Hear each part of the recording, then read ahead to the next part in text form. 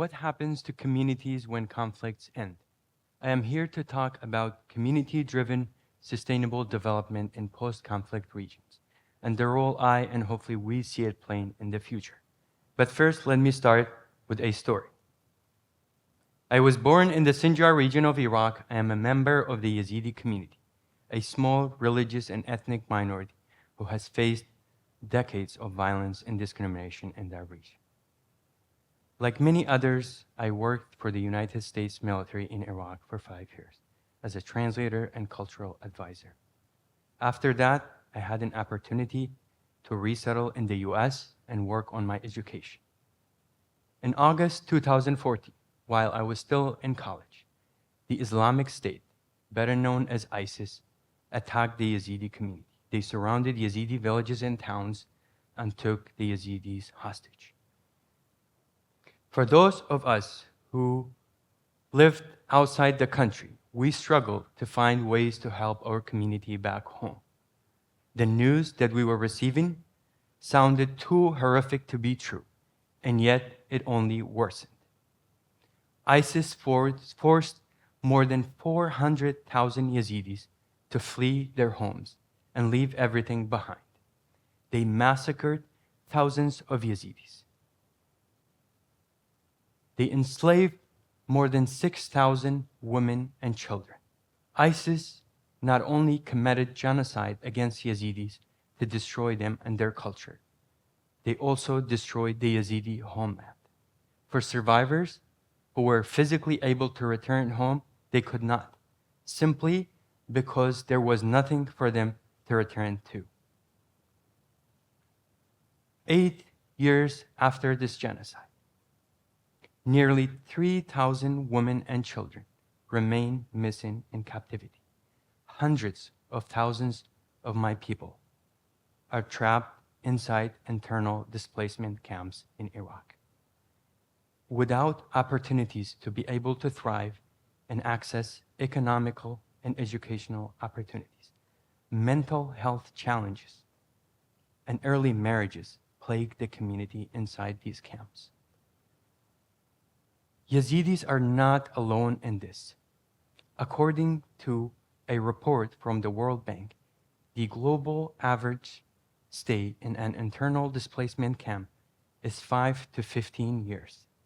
Internal displacement populations in Nigeria, Somalia, Ethiopia, South Sudan, among others, have spent years inside internal displacement camp. At the end of 2020, the Internal Displacement Monitoring Center said that more than 50 million people were internally displaced due to conflict, generalized violence, and human rights abuses.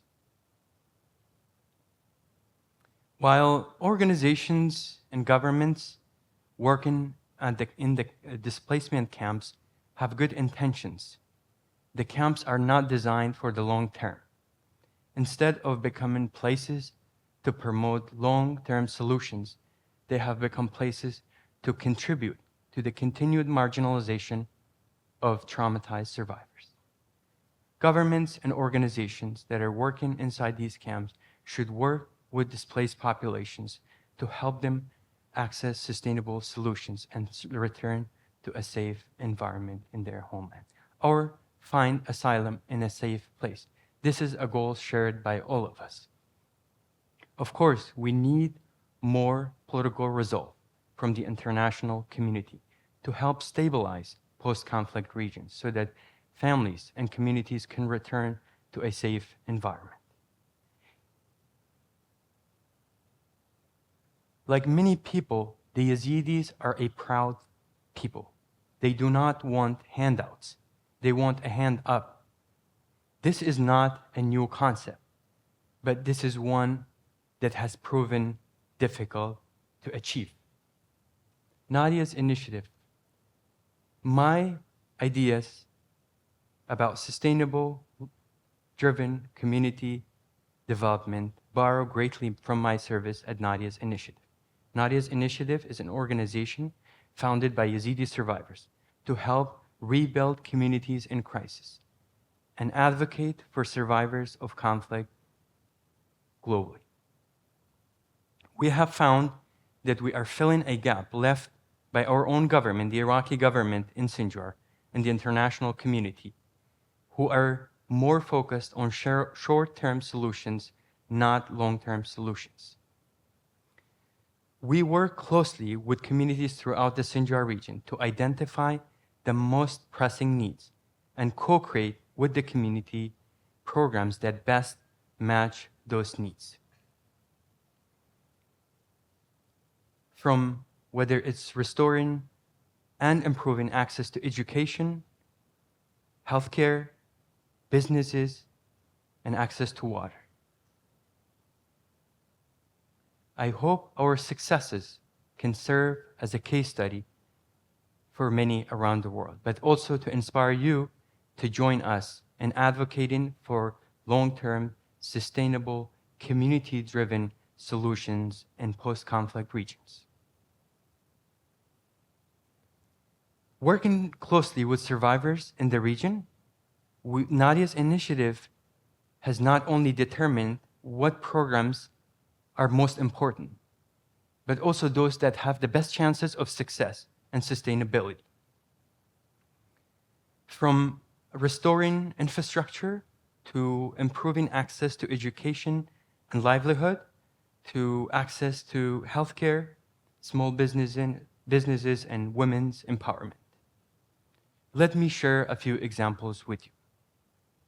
Our Women's Empowerment and Livelihood Program offers female entrepreneurs business management and vocational training, helping them improve their leadership skills and management skills to support their families. It also offers grants so that these women have access to affordable financial services and gain more financial independence. We help restore and rebuild schools throughout the Sinjar region. Recently, Nadia's initiative worked with Al Ta'mim School to build a library for their high school students and provide school supplies for schools around the region. In communities where they need drinking water, Nadia's initiative works with community members to implement water supply solutions and help community members build their capacity to be able to manage these improvements. So what have I learned about advocacy and redevelopment? One, that there is a need for more sustainable community-driven development in post-conflict regions. And that means redirecting funding and resources to more sustainable solutions. No one dreams of spending their life inside an internal displacement camp for years. And so we should help these families return home to a safe environment or find asylum in a safe place. Two, it is vital and critical to empower survivors and make sure they participate in the rebuilding and stabilization process in post-conflict regions. When you are victimized, power, control, and independence are stripped away from you. And the reprocess of that should include reestablishing that power for survivors to be able to decide what they want for themselves rather than deciding for them. Three, in regions and communities where women have been disproportionately impacted by violence and discrimination, it is important to empower them and offer them opportunities to succeed. We cannot build a sustainable future on the continued marginalization and discrimination of women and girls in these regions. And third and fourth and final, it is an international effort. While community-led sustainable development options work for some communities, an under-resourced community cannot be solely responsible for rebuilding after conflicts. They need the international support and resources to be able to rebuild and recover in this process. So what can you do to help promotes sustainable, long-term, community-centered development. By becoming more aware of the long-term and the immediate impact of genocide and sexual violence on communities like Yazidis, you have already accomplished that first step. Now we can move forward together to help these communities access solutions and to decide their own priorities to become more independent and self-sufficient. And that means holding governments and organizations and agencies accountable. You can volunteer, call your elected officials, but also share stories of survivors and communities in your network. International development is a critical part of foreign policy. We must raise our collective voices to demand it set on par with defense and foreign policy. And that means holding your government's legislature, the United Nations, and others accountable. Be curious, engage in dialogue. It can and it will make a difference. What you mustn't do is be complacent. We owe that much to those who have suffered, and so much more to the coming generations. Thank you.